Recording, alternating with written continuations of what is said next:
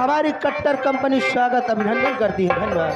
वो निगाहें मिला के बदल जाने वाले हमें तुमसे कोई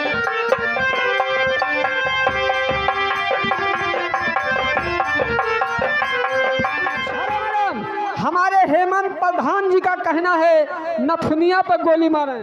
अरे जब से सिपाही से अरे भले खबरदार हो नथुनिया पे गोली मारे।